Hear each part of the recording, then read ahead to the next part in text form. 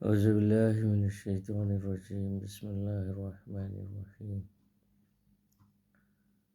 প্রিয় ভাই বোনেরা, আসসালামু আলাইকুম।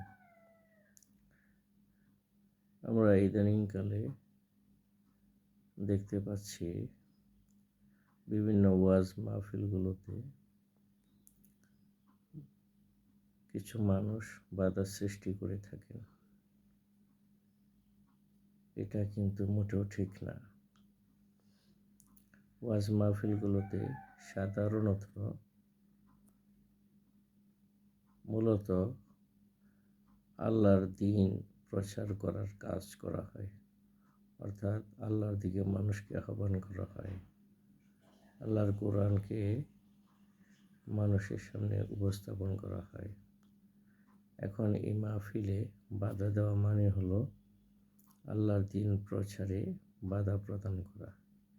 এটা একজন মুসলমানের জন্য কখনো সঠিক না, অনুচিত। আল্লাহর কোরআনের মাহফিলে বাধা দেওয়ার মানে হলো আল্লাহর সাথে নাফরমানি করা, আল্লাহর হুকুমকে মানুষের দরবারে পৌঁছাতে বাধাগ্রস্ত করা।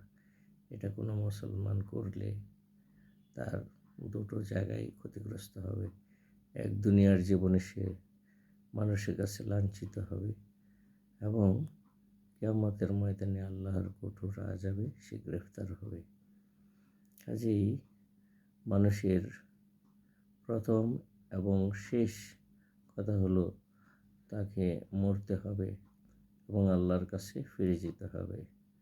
আল্লাহর কাছে যখন ফিরে যাবে, তখন কোন কর্মকাণ্ডের বিনিময়ে সে জান্নাত পাবে, কোনো একটা উসিলায় সে আল্লাহর কাছে নাজাত পেতে পারে। সেটা হলো দ্বীনি কাজে মানুষকে সহযোগিতা করা, বাধা প্রদান নয়। আর যারা দ্বীনি কাজে বাধা প্রদান করবেন, তাদের দুনিয়াতে জনসমর্থন শুধু কমতেই থাকবে। কারণ মানুষ নামাজ কম পড়ে, রোজা রাখে না, হয়তো সব কাজ সঠিকভাবে করে না, কিন্তু যখন একটা ওয়াজ মাহফিলের প্রোগ্রাম করা হয়, তখন সবাই সেখানে উপস্থিত হয় বক্তাদের কথা শোনার জন্য। ওই ওসিলায় তারা অনেকে পরিবর্তনও হয়। কাজেই যখন আপনারা কেউ বাধা প্রদান করবেন, তখন কিন্তু সবাই আপনাদেরকে খারাপ চোখেই দেখবে। আর মিডিয়ার কল্যাণে এখন আপনাদের সমস্ত কর্মকাণ্ড মুহূর্তের মধ্যে মানুষের সামনে চলে যাবে, ফলে আপনারাই ক্ষতিগ্রস্ত হবেন।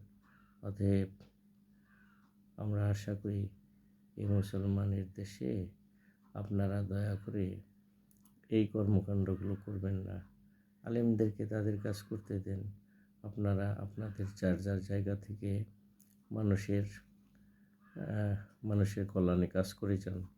আপনার প্রাপ্যটুকু অবশ্যই আপনি সমাজ থেকে পাবেন, আর তা না হলে আপনারা অবশ্যই বিপদগ্রস্ত হবেন। আল্লাহ পাক আমাদের সবাইকে বুঝার তৌফিক দান করুন। আমিন। আসসালামু আলাইকুম রহমতুল্লাহ।